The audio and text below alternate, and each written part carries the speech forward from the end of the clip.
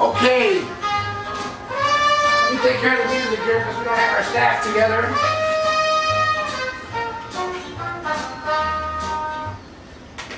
Well, this is it. This is the first pilot of the Nutty cooking show. And today, what I'm going to do, first let me take off my glasses. I just had to have one moment of fame here. Let me take off my glasses and start with the recipe. Today we're making chicken salad with fennel, lemon, and Parmesan.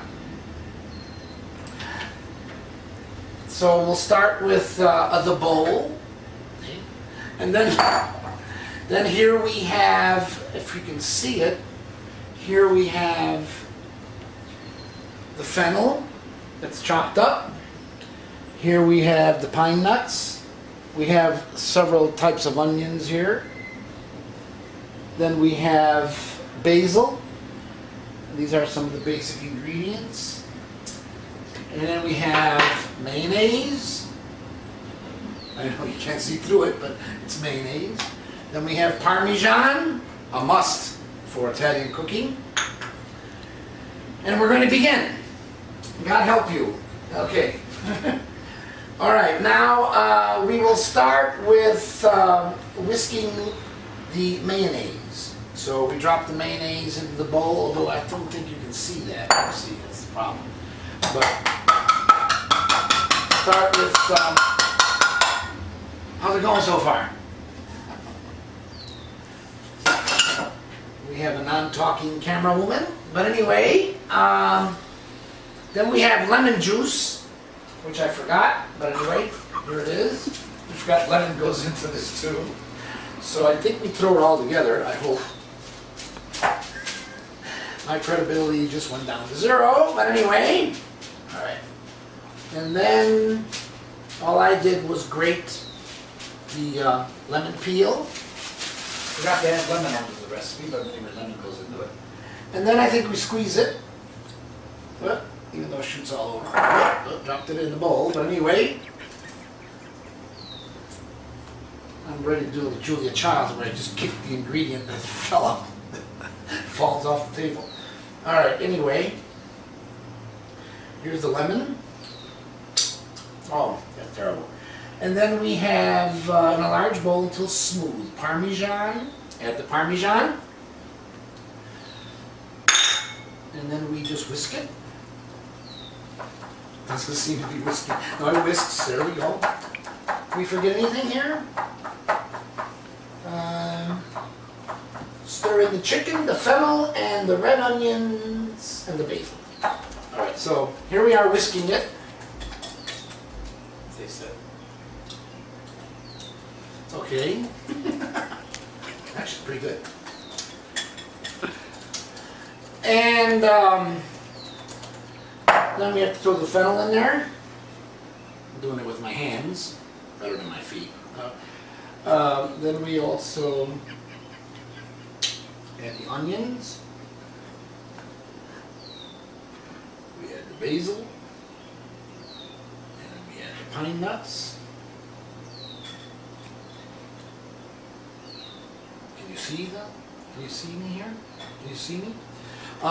Then we have the chicken. This is cooked chicken. Actually, it was a roasted chicken. And the parts that were left over, I made them into minced chicken. Looks like a lot of chicken here. Anyway, then we whisk it.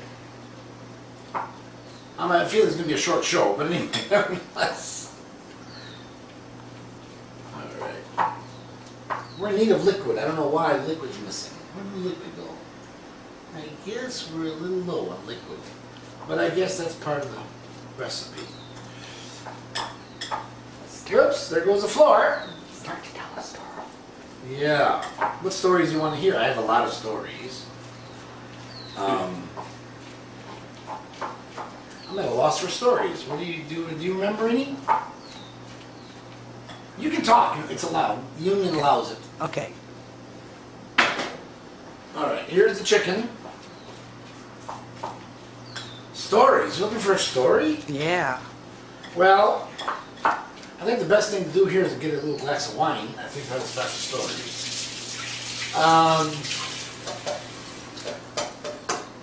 What do you want to hear? Oh, I bought salmon over the weekend. No, not salmon. I did buy salmon, but I also bought scallops. And there was the guy that was giving me the fish, and I noticed that usually when I buy scallops, they're white. And there were some pink ones in there. And I asked him, I says, how come these are pink? He said, well, he says, those are actually, we have looked into this with regard to the color, and we found that those are the sweeter ones. So I'm glad he told me that, because what I had in the back of my mind is that they were the gay scallops. So when I asked him, I said, they're not gay, and he goes, what do you mean? I said, well, they're pink. And of course, you know, that he started laughing quite a bit. But anyway, that's one story that failed. Let's try another one. What do you want to hear? What kind of stories do you want to hear? Actually, we're more focused on cooking, aren't we? That story? Yeah, a little bit, yeah. How about, hurry up, the show's hanging on a shoestring. Now we'll smoke my cigarettes. how about moving your clothes from one closet to the next? Oh, the clothes? That I do that every spring and fall, where I have too many clothes to put them all together. I can't have the summer clothes with the winter clothes, so I have two closets. And I don't think that's that funny. I just, you know, I take sections of the clothing and I go from one closet to the other. And I always plan to get rid of certain clothes because I haven't worn them in years. But I got a solution for that. I bought all new hangers, and every time I wash something I've used, I put it on a new hanger. So then at the end of the year, at the end of the term, or whatever, the spring or the fall, I end up throwing out the clothes that Weren't you in your underwear though when you were doing this? Oh yeah.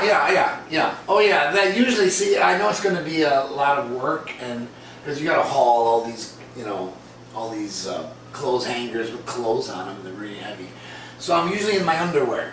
I take off my pajamas, and I'm in my underwear, and I go from room to room.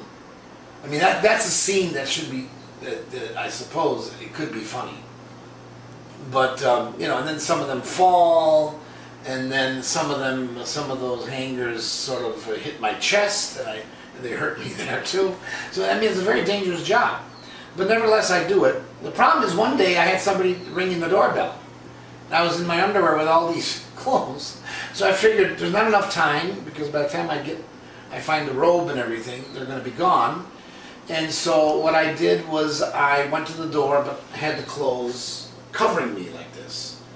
And it turned out to be one of these religious groups, Jehovah's Witness, so it was a waste of time to get worried about that anyway.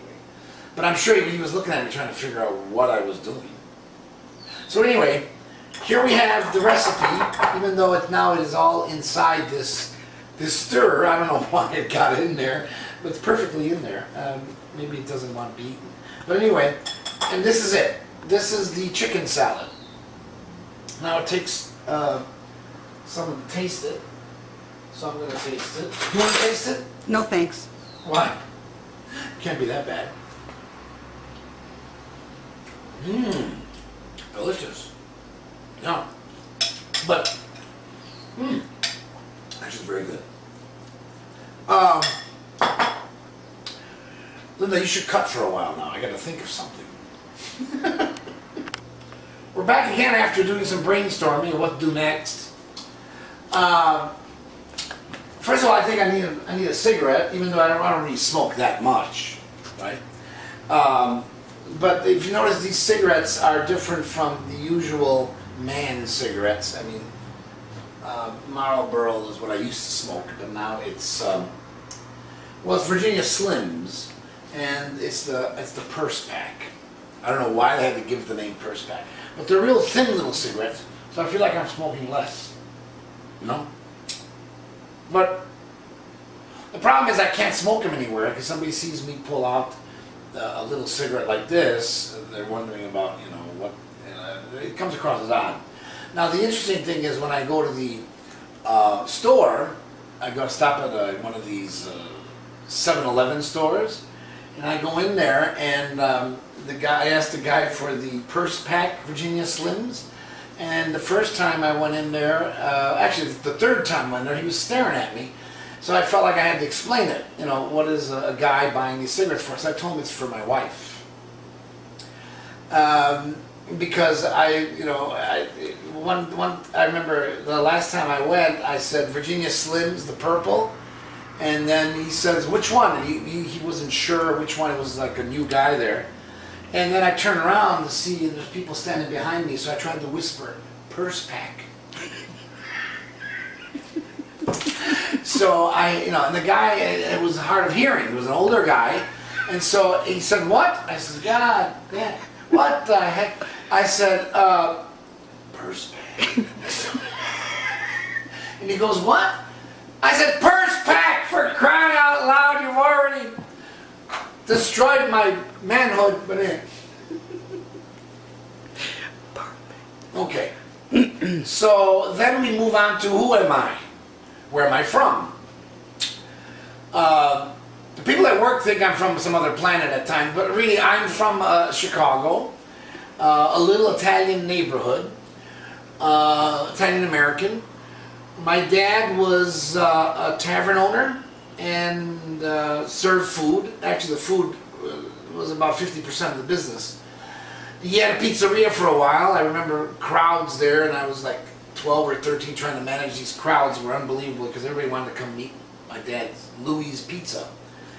So I grew up in an Italian neighborhood, and the interesting thing is, a lot of these people have died now, all the ones that were in their 40s and 50s when I was 18, 17, 18. But all these people are now in my head. They've died, but they're actually, all these characters keep popping up in my head, or versions of them keep popping up. I'm a professor at a university in the Midwest. I guess I can't name it because we're not supposed to. Is that what the producer said? Yeah. Yeah, okay. So it's a Midwest, mid-sized university, and I've been teaching there for 25 years. I write a book, and I guess we can't mention that either because that would be advertising. But it's a very good book. I've been doing it for 25 years. It's going into the 11th edition, and you know what I go through, right, to put that book together. I don't know if you can swing the camera, show all the proceeds of my work, but we've got piles and piles of papers and things that I work on, because it is usually a year and a half solid work, plus the teaching, plus the committee work, plus advising and all that other stuff. But I'm pretty familiar with food because obviously I grew up in my dad's restaurant, bar, and did a lot of cooking. I didn't do that at first. First I was dishwashing, then I was sweeping floors, then I was making sandwiches, but then I ended up preparing certain daily dishes. So I've been around it quite a bit. The bar also had a lot of alcoholics, or let's say problem drinkers, some were alcoholic. Not a large percentage, but there were some. And I grew up with them too. Do I drink? No, not very much. I certainly have my certain glasses of wine when I'm eating and stuff like that. But as far as drinking itself, no. But we don't want to get too serious about all this. So now what do we do? That's the question. We're still on a tightrope here, so whether the show's going to make it or not. But what else do you want to hear? Want to hear any other things? Is it working? Yeah. Okay. So a little bit about my background. I already told